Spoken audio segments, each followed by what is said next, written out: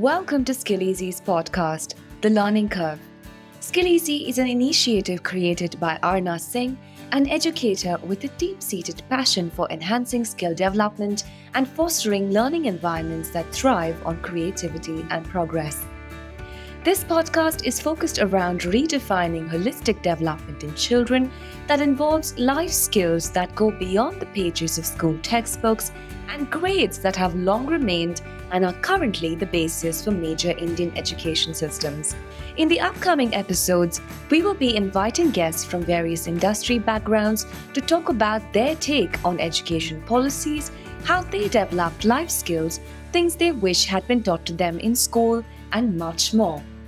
So, if you're looking for a fresh perspective on what general education could look like in a world where younger minds are equipped to think on their toes and navigate daily life, you've come to the right place. I'm Soundarya Jayachandran, your host for the day, and I'm very excited to introduce our guest, Ms. Supreet Kaur, a strategic academician building design thinking models for futuristic education institutions. In her experience of over 18 years of transforming schools, developing curriculums, and building team competencies for instructional leadership, she has envisaged and directed the success of various education programs and tools of assessment. Welcome, ma'am. How are you doing today? It's an absolute pleasure to have you. Thank you so much. Thank you. Thank you for the introduction and thank you for bringing me on the podcast. Thank you. Thank you for joining us. I'm really excited to dig right in. But before we do, can you just tell us a little bit about yourself? What kind of a student were you growing up? What kind of a person were you growing up? And who were your biggest influences? Okay, so my journey is not typically of an educationist journey. I do have a different journey altogether. I did start my journey as an educationist, as a teacher, teaching in one of the schools in Gurgaon. And from there, I did move on to the world of edu corporate. I couldn't suffice myself teaching the same chapters and the same book every day and got bored of it. And I wanted a bit of creativity to come into the curriculum. So, if you have to talk about what's been my journey, it's been a journey from teaching to teacher trainer to curriculum developer to envisaging new programs wherein we can bring critical thinking aspects to our children, and now leading online school for the last 3 years, building it with from the scratch with the brainchild who are the co-founders of the organization. And for me, I think anything that can bring some newness, anything that can bring in a perspective to learn something that's different from the usual kind of brings me at a place where I want to do it. And so I really don't get inspired by a single person. For me, my inspirations keep on changing, the people keep on changing, and I keep on working with my mentors around. And I have many, not one, I would say. But yes, that's typically of how I work around. Wonderful. And that's very interesting that you mentioned that we all have inspirations that keep changing every time. We're evolving as people as we go. In fact, we change as complete human beings every 7 years because of the amount of skin we shed. So do you have so you have a brand new opportunity to become a brand new person. So when we think about that and when we talk about curriculum development, it's important to keep in mind the balance between making it wide enough and accessible enough and general enough so that everyone can access it. But in a world where, individuality is taking such a forefront, how do you strike a balance between creating a curriculum development that is both, accessible to everyone, but is also fine tuned to the interests at an individual level? So, what we have to really understand about curriculum is that curriculum cannot be structured in a way that it will be a single pot solution for anyone. So when you have a pot or when you have a hot pot meal, you add a lot of ingredients to it. Some might just love some and some might just hate some. But they should have the feasibility of saying, I'm not going to work with these ingredients and I'm going to remove them out of my pot and the rest of them work wonderfully for me. So I always treat curriculum as a one hot pot meal, which should give the feasibility to children across the curriculum structure, across the grades, across the subjects, to pick what interests them. Obviously, we have structures, we have to follow those structures, we will have approaches that the government will lead us to and the guiding forces will lead us to. But within that, you will have to foresee yourself at least 10 to 15 years ahead of the time. You can't be structuring yourself on today. You will have to structure yourself on what can come 10 years from now. So that's been the rule, the law that I made curriculums with. And while we develop these curriculums, I think having a third eye view, what I call is a bird eye view, giving us a 360-degree view of the complete situation, really helps. So do not develop entirely on the team of your curriculum developers. The way you do your quality checks, the way you bring perspective from people who are going to be at the receiving end, and you do your pilots with them and get their perspectives to you before you launch any curriculum, does work wonderfully. So for me, I think it's a combination of stakeholders coming together that makes effective curriculums. You can know how to draw the curriculum, but you have to know how to implement it well as well. Absolutely. And you mentioned, that these kind of support systems that go outside and beyond just learning in schools, by extension, children learn from their friends as well, from their peers that they interact with. They learn from their parents, they learn from their teachers. So we live in a time where influence in general is ubiquitous. It doesn't matter if it's a real living person or it's something that we see on the internet. What do you think would help a child recognize their individuality in school or through a curriculum in a world where influence is so apparent? I think it starts right from the age when a child starts learning to walk, and maybe even before that, because I think individuality comes to a child very naturally when you let them explore. The problem is, as adults, we want to become the guiding force for our children at every step. I'll just give you a small example. When we're working with children at the pre-primary ages, maybe 3.5 or child, and we give him a puzzle. The moment he fixes a wrong piece, he himself juggles to fit in the right one. You know, but over the time, as the years go by, as a parent, as an educator, as an academician, we just take over and we want to help them at every step. So, if we have to really get children to a place where they could learn about their individuality, I think it's about exploration. The amount of exploration that you can give them in their early years of education, I will say at least till their middle school years, where they can explore and say that this is something I love doing. I would like to learn more about it, and then give them a professional perspective on it as well. So it is definitely exploration. I always say you learn more by being on the roads than being in a building where you are taught English, Hindi, math, science, and social sciences. So it's exploration for me, for that matter. That's a very interesting thing you ended with, because my next question is kind of, we live in a world where online metaverses are becoming incredibly real. And how do physical schools benefit from understanding online learning environments, and how do they stand out from it? And vice versa, what can online learning environments take from physical schools to make the experience more intimate? So I think the physical schools and online schools are coexisting in the system. We can't take them away from each other. They both have a different brand value and their existence. But what we really need to understand, and I'm really glad you asked me this question, because there are many a times when I meet the directors of physical schools, or the founding members of physical school, and they always ask me, but you have never been into physical school, you don't know what it is to be on the ground. And I just smile. What we will have to understand is that whether it is a physical school or an online school, there are three major parties to it. One is your student, one is your parent, and the other one is your academicians or the teachers running the school. right? Now, all these three are same. It's not the building, it's not going to be the mortar that is going to define the school. It is going to be what you do inside the school. What we can learn from each other. Physical schools can learn adaptability from online schools.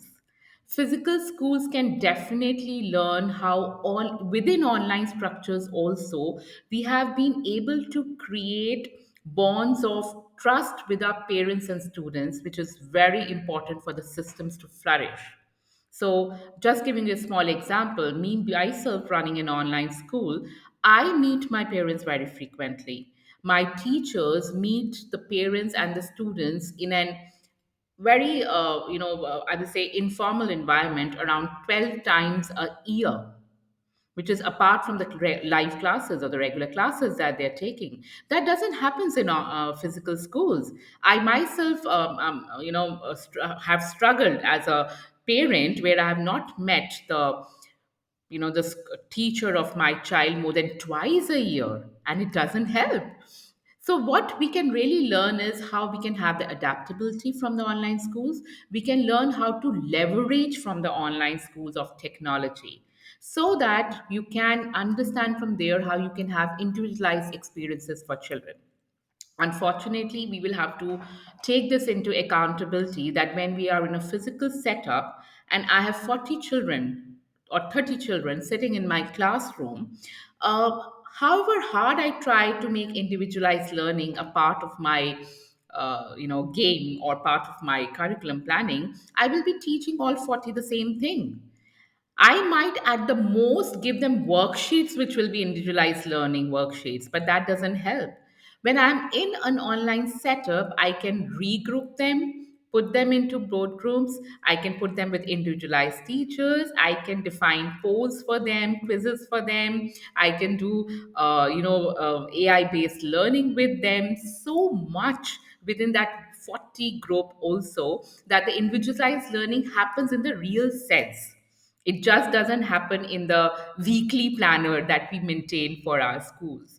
So I think it's both ways. Also, I think from an from an online school perspective, I would definitely like to learn how to grow as a meaningful community of online schools like physical schools have done. But then I would like to do that as a cost effective way.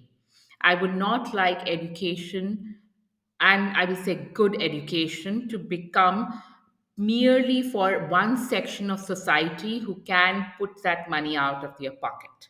So we will have to see the pros and cons on both sides.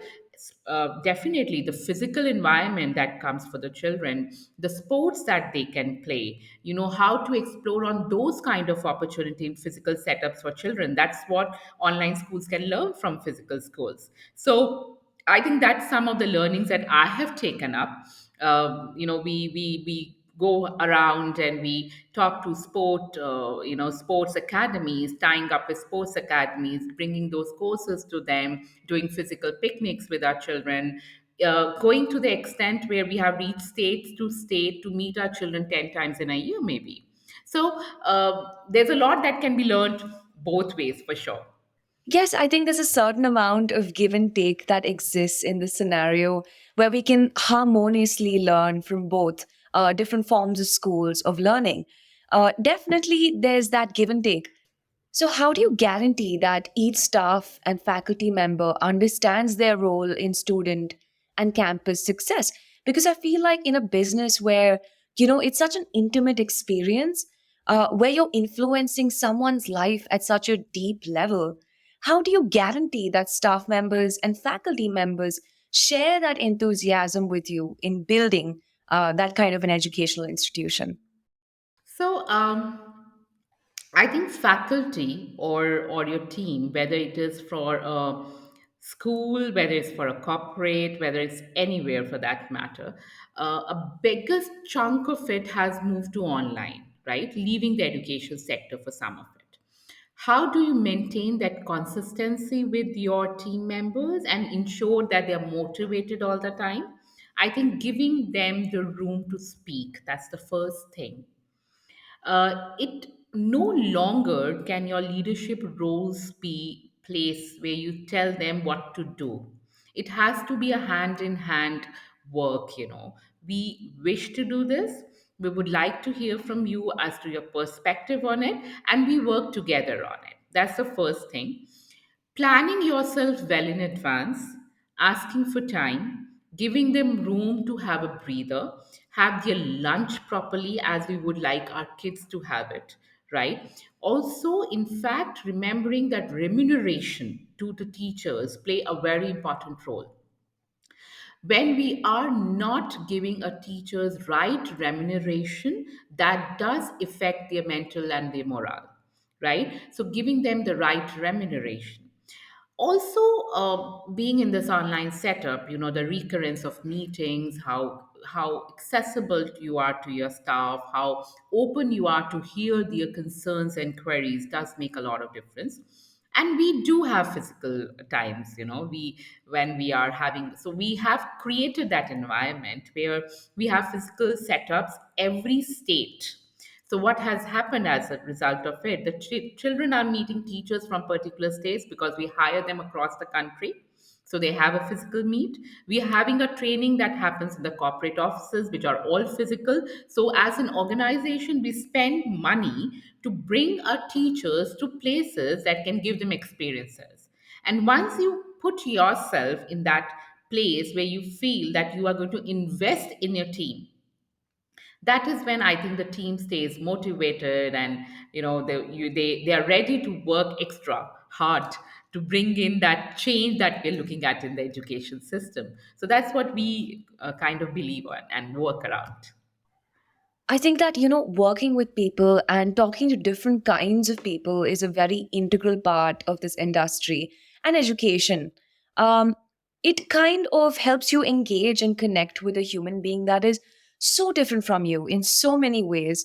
And they probably came from so many different backgrounds, right? So when we talk about children, because sometimes children shift schools, sometimes they move classrooms, sometimes they move institutions, sometimes they move countries, and sometimes they are actually pushed into the corporate world at the end of this.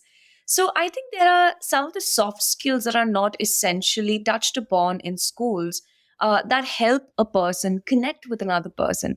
So how do you ensure that that kind of sensitivity is honed at a school level?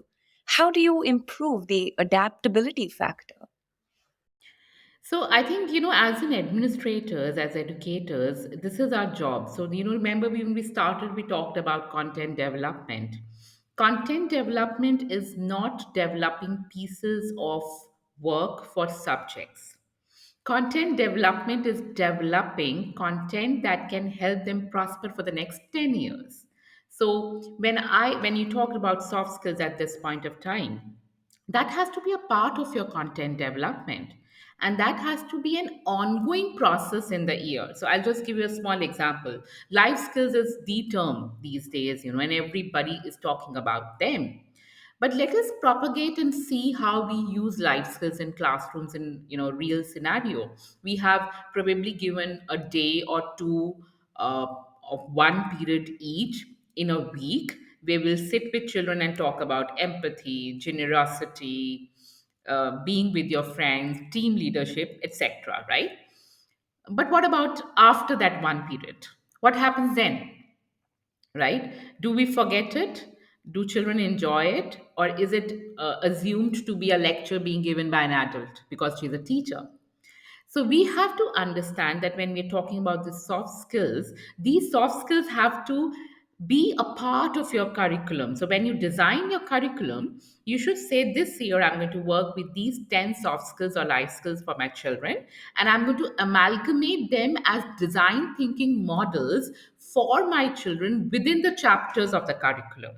So giving a small example, if I'm doing a poem of, say, if you're happy, I can talk about emotions along with that. I can talk about emoting different kind of emotions, do role play along with it, make poems on it, make graffitis on it, and so much. So you do not have to have, you know, different class or a period for that. Also, we need to understand that children at the end of the day are getting ready to go to the world, a corporate world, a world which will be way harsher than what they have today. So we need to prepare them. Financial management courses, professional development courses, entrepreneurship courses, as per their age groups, have to be given to them as early as maybe grade 4 or grade 5. I was sitting with my team members, and I have a lot of young team that I work with, because ideas are really crazy from there, and we can pick up some of the best ideas that can come from their heads. um, and I was just asking to them, okay, how much money do you save a month? Even today, all the kids, I call them kids, all the kids who are into the age group of maybe 21 years and 27 years, do not know how to financially manage themselves. And that's a big question mark on the kind of education system that has prospered over the years in the country, right? So I took a session with them where I was telling them how they can save as small as 2000 rupees a month through different ways, and how they can have a chunk at the end of while they're 30 and getting ready for marriage. Now, this is what has to be done. Children have to know banking. Children have to know what is credit card. How do we build up on our credit scores? How do we do loans? How do we repay loans? How do we invest in money? How do we buy gold? All of that. We can't wait for them to turn 24 or 25 years old and earn their first pocket, and then realize, okay, I have to depend on somebody, a CA, to teach it to me. I can do it on my own. So we have to ensure that if we want our children to be ready, we have to look forward. And these courses should not be done with the children in the name of introducing them in the schools. That is my major problem. They have to be done so that children understand from them and benefit from them. Just give you a small example. We have introduced entrepreneurship programs in our school. Our children do put lemonade stalls and sell them. They prepare their balance sheets. They take out the profit and loss. They do the cost analysis. And I'm talking about children as early as 8, 7, or 8 years. So I'm giving you a very small example. But when I'm moving to grade 7 or 8 or 9, then I'm talking about them creating materials from the waste, selling, how to go to the expos, how to put your stalls over there, and many more. So we will have to create these opportunities, and meaningful opportunities. They should not be a paper and a pen thing. They have to be hands on learning experiences that you can give to children. And as schools, we have to understand we will not be equipped to do everything on our own. Let's open our doors to the people who are specializing in them, collaborate with them, and bring it to your children. So, if we can do that meaningfully, I think that will sort us for life skills in the real sense. Absolutely. And I feel like that's such a positive approach to learning. It's a very meta approach to learning. So, when we talk about this positivity, I'm sure you bring it into your leadership. Of after all of these years of experience, how would you describe your leadership? And if there's one piece of advice you'd like to give the leaders of today, what would it be? What are the points do you think that they really need to focus on? Well, if I have to talk about my leadership style, I think I will always, be somebody who will create a group and create a mechanism that can work for the organization to build on what they want to achieve with the vision of the company. So that's always been my leadership style. I'll always work along the team. Let them be in the front presenting what work they have done, and when they need them to be saved, I step in.